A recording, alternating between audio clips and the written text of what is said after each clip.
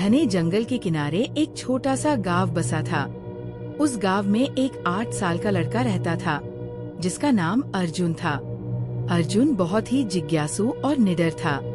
उसे जंगल में घूमना, पेड़ों पर चढ़ना और पक्षियों की आवाजें सुनना बहुत पसंद था।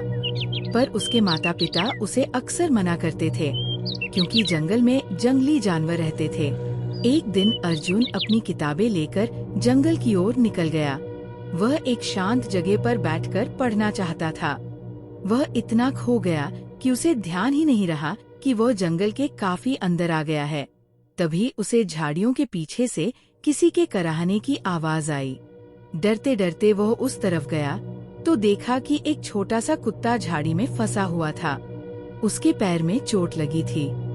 अर्जुन को उस कुत्ते पर दया आ गई। उसने अपने रुमाल से उसका घाव बांधा और प्यार से उसके सिर को सहलाया। कुत्ता उसकी आंखों में देखता रहा, मानो वो कह रहा हो, तुम मेरे सच्चे दोस्त हो। तुम ही मेरे सच्चे मित्र हो। अर्जुन ने कुत्ते को गोद में उठाया और गांव ले आया। उसने उसका नाम रखा शेरू। कुछ ही दिनों में शेरू पूरी तरह ठीक हो गया और अर्जुन का सबसे अच्छा दोस्त बन गया। वे दोनों रोज जंगल में घूमने जाते, पेड़ पौधों को पहचानते, झरनों में नहाते और नए नए रास्ते खोजते। शेरू बहुत समझदार था। अगर कहीं सांप या कोई खतरा होता तो भौंककर अर्जुन को सावधान कर देता। एक दिन अर्जुन जंगल में बहुत दूर चला गया। अचानक बादल घिर आए और तेज बारिश शुरू हो गई।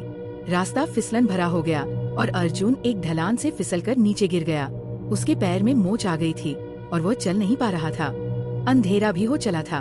अर्जुन डरने लगा, लेकिन शेरू वहाँ से भागा नहीं। उसने अर्जुन के पास बैठकर उसे गर्म रखने की कोशिश की। फिर वो अचानक भौंकता हुआ जंगल की ओर दौड़ गया। अर्जुन घबरा गया कि कहीं शेरू उसे छोड़कर चला तो नहीं गया।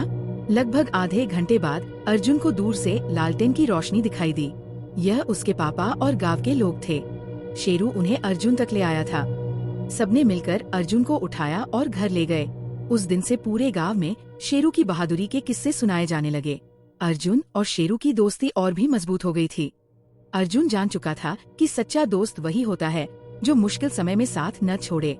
सीख: सच्चा दोस्त वही होता है जो संकट के समय मदद करे, चाहे वो इंसान हो या जानवर। अर्जुन और शेरू की दोस्ती हमें ये सिखाती है कि प्रेम और विश्वास की कोई भाषा नहीं होती, केवल दिल से निभाई जाती है।